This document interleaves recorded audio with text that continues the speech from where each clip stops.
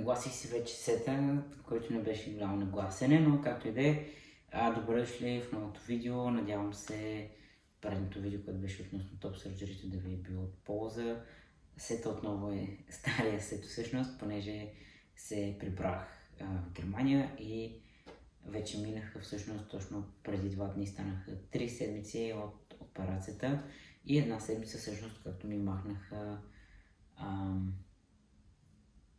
конците, шеловете, може би така, да.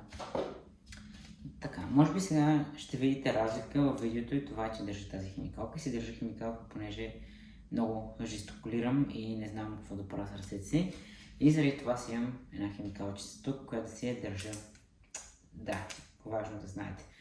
Anyways, изследнаха някои нови въпроси, на които не бях отговорил или не се бях сетил да засегна като тема. И някои от въпросите бяха...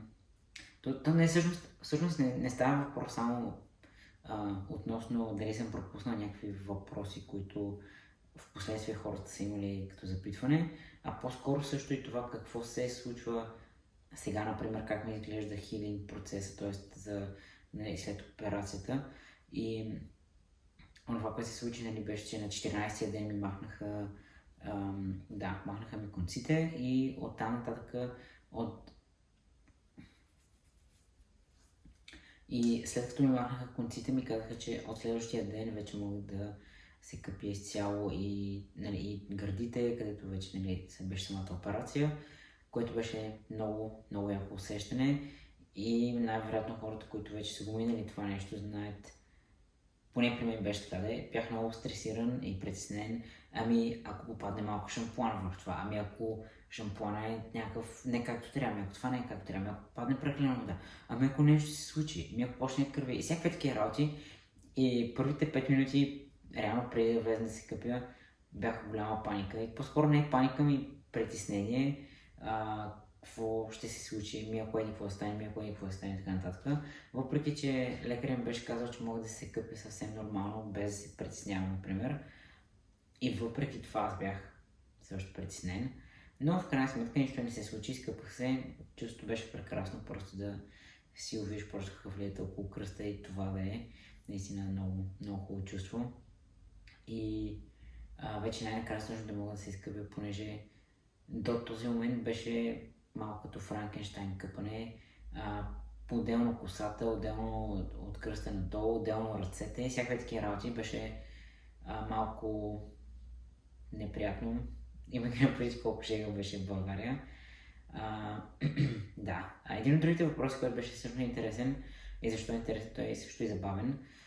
Дали ще може човек сам да си отваря вратата, например, което е много забавно, понеже първият път, когато аз трябваше да го направя това нещо, бях някакво shit, как го правя това нещо, защото реално в болницата, където бях, бравата не беше тук някъде долу, например, да отвориш, беше някакво горе-долу тук и аз някакво бях мога ли да си протегна ръката до такава височина, например, че да отворя, но всъщност всичко проработи доста добре и нямах притеснения или проблеми с това нещо. Така че да, врати, отварят се, просто човек трябва да е малко по-така лекичко, по-бавно, по-внимателно, за да не се натоварва, да не влезе по-скоро потваряйки вратата на някои от гръдните мускули. Но иначе това, като се изключи, беше файн. Един от другите въпроси беше за махането на конците, дали това е боляло. И всъщност аз никога не бях преживявал или преминавал през нещо такова. И всъщност въобще не болеше, имаше съвсем леко дърпане. Просто човек усеща, че се случва нещо там в тази ерия, но общо взето не беше нищо, кой знае какво, не беше болезнено or anything. Друг съвет, между другото, понеже аз това не го знаех, понеже никога не съм се наранявал толкова сериозно, но като цяло, тази цялата част беше в марли и облепена с едни специални тикса или такива лепенки за рани. И в един момент вече, след като махнаха едни памучета, които бяха върху зърната, трябваше да се мажа и да промивам всички рани.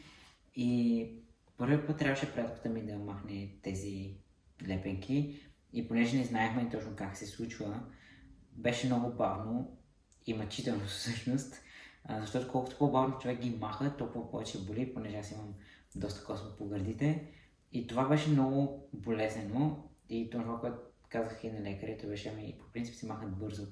Така че, когато ги махате тези лепенки и се наложи вие да ги махате, буквално от тряс ги махате на 2-3 пъти и всичко е готово в рамките на някакви секунди. Та ние пробвахме това и беше мега бързо, не беше болезнено въобще. И нещо друго, което всъщност в последствие отново разбрах, че съм имал нужда, да си купите достатъчно марли, които да са, например, 5 на 5 и да са, мисля, че се водят стерилни, те са в случая по-добри, понеже са вече запечатани.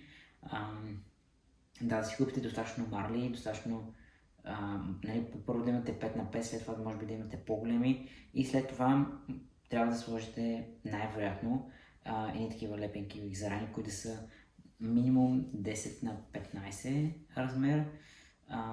Да, също така клечки за уши, които да са за бебета, да си вземете, не забравяйте.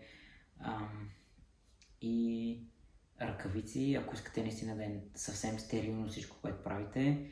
Но вече лекаря най-вероятно ще ви каже за промиването, как се случва и всичките неща. Но наистина просто от всичко да имате повече, защото на нас ни се случи, че тъкмо тръгвахме да махаме лепенките, осъзнахме, че едните лепенки, които сме взели, не са подходящи и трябваше експедитивно да прекъснем процедурата, да си купим нови марли, лепенки и така нататък и тогава да продължим, което отне много повече време и това може да си го спестите. Така че да, това е другото. Един от другите въпроси беше, ако сте махнали конците в петък, как така след цял понеделник може ли пречи или така нататък. Преди това бях говорил с лекарката, тя каза, че няма проблем да лети след това, защото вече е минало достатъчно време и всъщност наистина нямах проблеми, вече не беше толкова неприятно или нещо да ме е боляло или нещо от този сорт, така че нали, може и да лета без проблем, но за да сте още по-сигурни, защото варира от човек до човек, може да питате вашия лекар, който би ви оперирал или ще ви оперира, как стоят нещата, ако трябва да летите от една държава към друга. Така че, да. И вече, понеже съм, както казах, съм минали 3 седмици, сега имам, така да се каже, daily and night routine, или по-скоро morning and night routine, като сутрин трябва да мажа белезите си с един специален крем, който получих рецепта за него, ми го изписаха от болницата и с него се маже сутрин и вечер и един път на ден е хубаво, след като всичко е промито с вода или с... Аз си купих бейби душ гел, т.е. бейби душ гел, нали, за бебета, понеже pH-то му е неутрално и няма парфюм и няма алкохол. С тях съвсем леко по гърдите също промивам и с него гореща вода ми хладка по-скоро или леко топла. Да, изчаквам това да изсъхне, след това се мажа, след това слагам марли и след това пак си обличам компресионното облекло, което трябва да нося още поне 4 седмици, най-малкото. И да, общо взето мисля, че това са част от въпросите, които не бях покрил или по-скоро и нямаше как да го покрия, понеже вече все още не бях стигнал етапа, който да мога да споделя всички тези неща. И да, това е общо взето. Нямам търпение да мога да махна това облекло наистина и да усетя какво е чувството след топ surgery. Да, както казах, това е видеото. Надявам се това да ви е било от полза. Ако е така, може да коментирате или харесате, или каквото решите. Да, бих се радвал на фидбек, дали ви е харесало и дали ви е било от полза и така нататък. И да, надявам се да се чуем скоро. Днес са 3 седмици, т.е. тази седмица бях 3 седмици. Може би ще направя видео за 4-та седмица, ако има някакви промени или нещо от този сорт.